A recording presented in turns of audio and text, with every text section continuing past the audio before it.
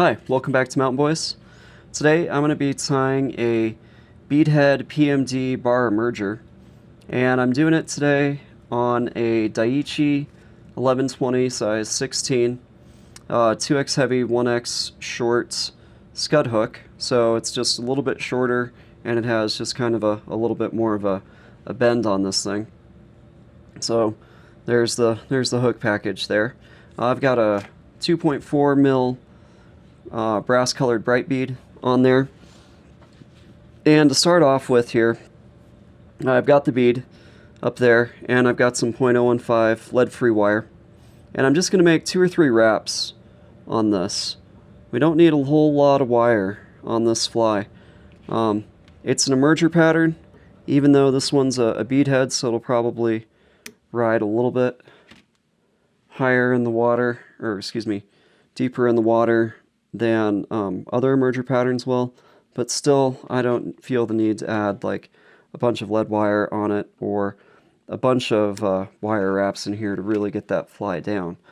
So really all of this couple wraps of lead-free wire is going to do is just hold that bead head in place. So once I get it, kind of just smush it into the back there, and you can see it pretty much disappeared in the back of that bead head, and I'm just going to kind of push it in with my scissors there, just so it's nice and tight up there in the front. Now for thread, on here I'm going to be using A-dot Light Cahill thread. So it's kind of this creamy yellow thread color here. If you don't have this, white would suffice too. So I'm going to start my thread wrap here, pop my thread. Now with these short little scud hooks, you really got to watch the point on that hook so you don't pop your thread inadvertently. So I'm going to bring my initial thread wrap clear back into the bend a little bit of this hook, because one of the unique things about this hook, and since they kind of tie them, or they make these hooks with a little bit wider gape anyhow, is that you can bring your abdomen segments a little bit further back so that your flies can actually kind of curve in a little bit, if that makes sense. So once I've got it there, I'm going to tie in my tail. Now the original recipe called for some spade hackle fibers, which are just a little bit stiffer and a little bit thicker than your normal hackle fibers. Problem is, we don't really breed chickens anymore these days to really produce that kind of hackle. You can maybe find some appropriate ones, like right on the outside edge, say, of a little neck saddle here. So let's just dig one out of the package here and see if I can find something that might work. Actually, this one's pretty good. Yeah, okay, well. But anyway, when you're selecting your spade hackles like this, try to find them off the edge of your neck saddle, because those will tend to be just a little bit stiffer. So I got one here that looks like the fibers are going to be long enough to work with. So I just popped that single feather out. You can see some of the lower fibers have kind of a black mottling in them, so I'm just going to snip them off there at the end so that I know I'm using kind of a uniform size and color here off that. So I'll probably grab a little bit more than a 1/4 inch of these fibers, pull those out, kind of push them together so they're more or less even.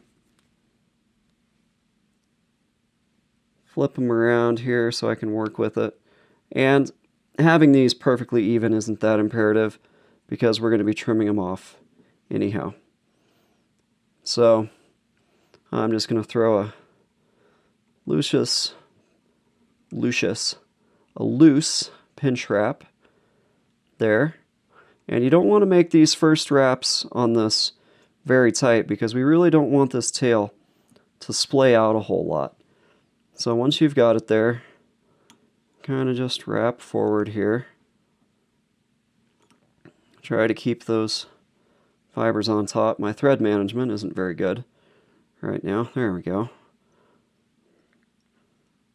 So I got them all secured in there on the front end of that hook, or up to the bead head there.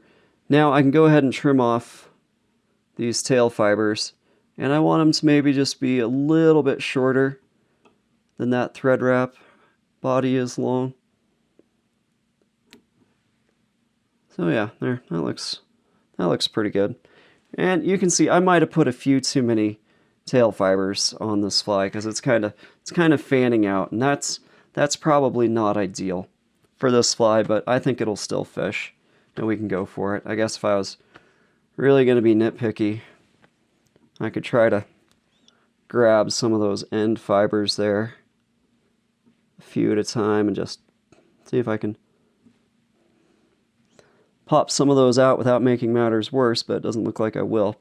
So in the spirit of Bob Ross, we are just going to have a happy accident that will catch us some fish.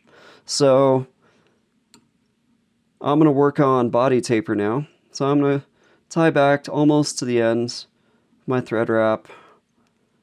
Now I'm going to wrap forward back to the bead head. Do the same thing again. Wrap most of the way back, maybe 3/4 of the way back as far as I did before. And then wrap forward again. Not being careful of the point of that hook and almost popping my thread. And maybe one last time. There we go. So we've got some decent taper now on this fly, and now I'm going to take my thread clear back to the end, back to the tail now. And I might try to just suck in those tail fibers just a little bit more while I'm at it with a loose wrap or two. Loose-ish. That's a word now. Wrap at the back. Okay. That looks a little bit better. I'm happier with that. So now, abdomen dubbing. The original recipe calls for a mix of olive and brown dubbing. I like to keep things simple, so in stock I found some dark olive brown dubbing, so that's perfect. Fewer things I have to mess with. Grab a pinch of that. Wet my fingers. It's really dry right now, March in southwest Montana, and my skin is super dry, and things like dubbing and working with fine thread just isn't going so well right now. But anyhow, once I get my dubbing twisted on there how I like, I'm gonna go ahead and push it up, choke up my thread a little bit more, make sure that front is nice and twisted on, and I'm gonna start wrapping in my dubbing here. And you kind of especially want to make sure that the back of your dubbing, or the back of your abdomen, the dubbing is a little bit tighter, because you don't want to build up a whole lot of bulk right there at the back. You want that to be nice and smooth and even as you work your way forward. And you can twist your dubbing a little bit more as you go. Right about there. That looks pretty good. So now that the abdomen's dubbed, we can tie in a wing case. And for this, I've got a cream Metz saddle here, and I just picked out one of these larger feathers there off the middle of that saddle, and I've been working with this same piece for several flies now. You can see about how much I've taken off for the wing case here for these flies. So I'll just kind of match that again because it seemed to work pretty well. So maybe not quite half an inch of fibers here 3/8 of an inch maybe. Just pop those off. Pinch them together. Whoa, don't lose them. Spin them around to where they're more or less even. And I'm just going to pinch wrap these right on top of that hook right there. So now that I've kind of got them in, I'll back off one thread wrap maybe. There we go. Just push them back a little bit more.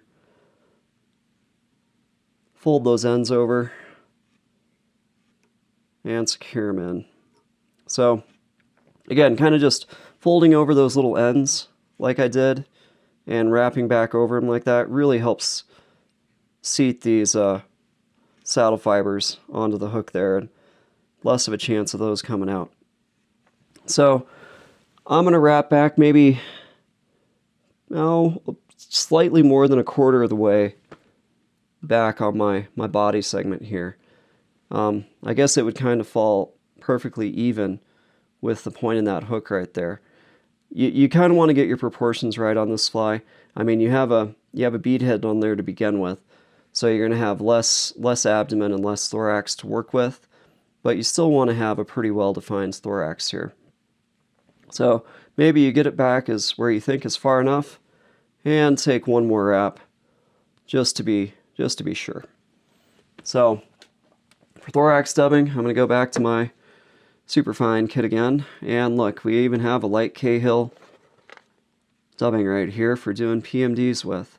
And again, if you don't have, this creamy yellow white, I mean, some really, really, really light gray or blue dun or white dubbing would probably work fine for this too. So I'm going to take some of that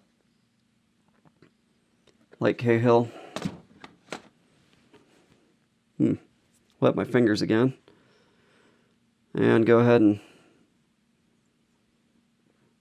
twist it around my thread here and dub my thread. So the idea here is you just want your thorax segment to be a little bit fatter and I guess more defined than your abdomen. So as you wrap it in, just get it to where everything it looks, oh yeah, it looks pretty good right there.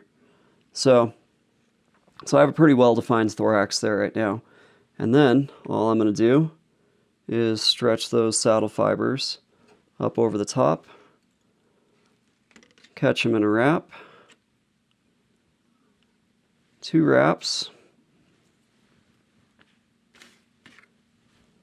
separate the fibers more or less half and half going left and half going right. This is where you can use your bodkin to help you separate if you need to. Sometimes easier said than done. And again, doesn't need to be perfect. This is, akin to splitting hairs. Now, I got a little too many on that left side. There we go. All right. So you have a choice now. You can either tie your little wings back individually or both at once. I generally like to do them individually because I think they lay back on the hook a little bit better. So I'll kind of make 2 wraps there, so those are tied back. Then I'll grab the ones on this side. And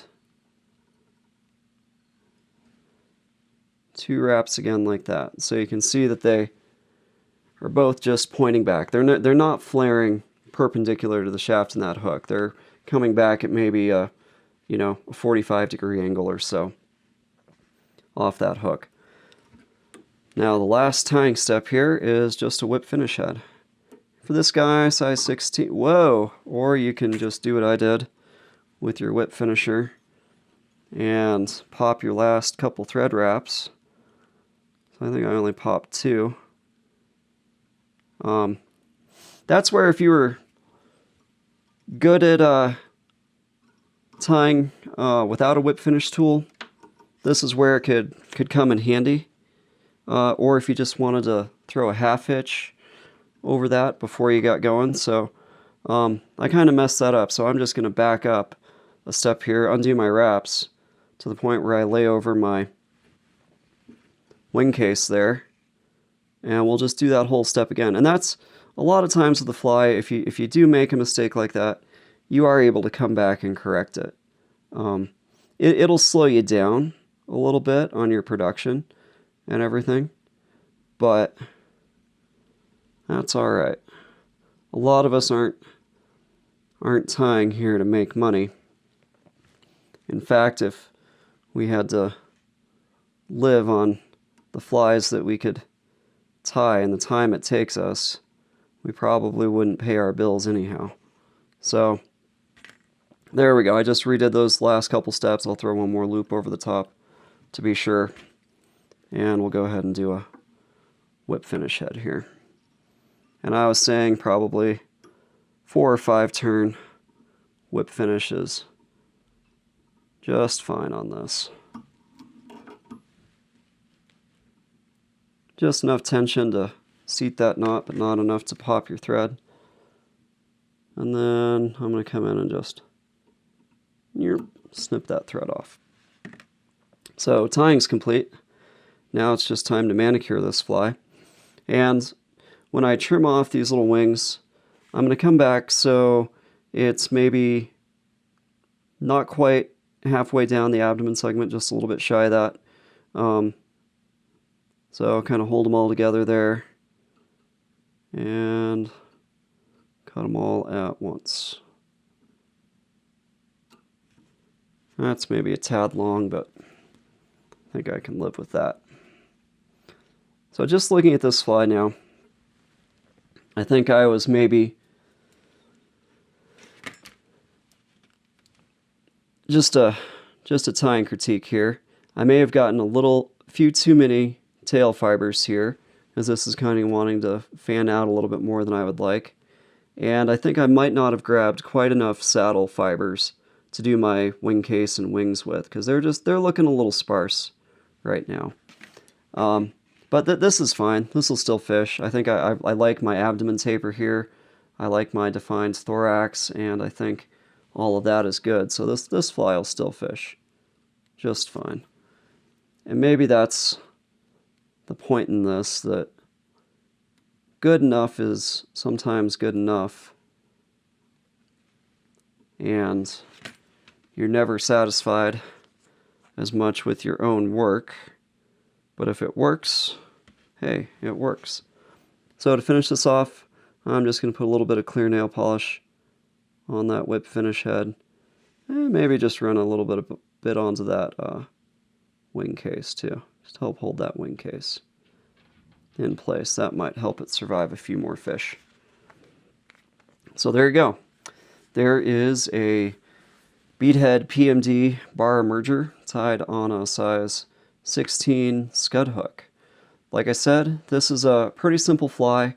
This is a good one just to work on proportions and, I guess, thread wrapping, thread control, and getting a few of those little techniques down, like a simple fiber wing case like that, and bringing them back and everything. So this fly will fish really well for during mayfly and beta hatches. If you don't want a topwater fish, throw one of these on, and you might just catch a fish there subsurface on this guy. So anyhow, this is Mountain Boys, and I'll see you next time.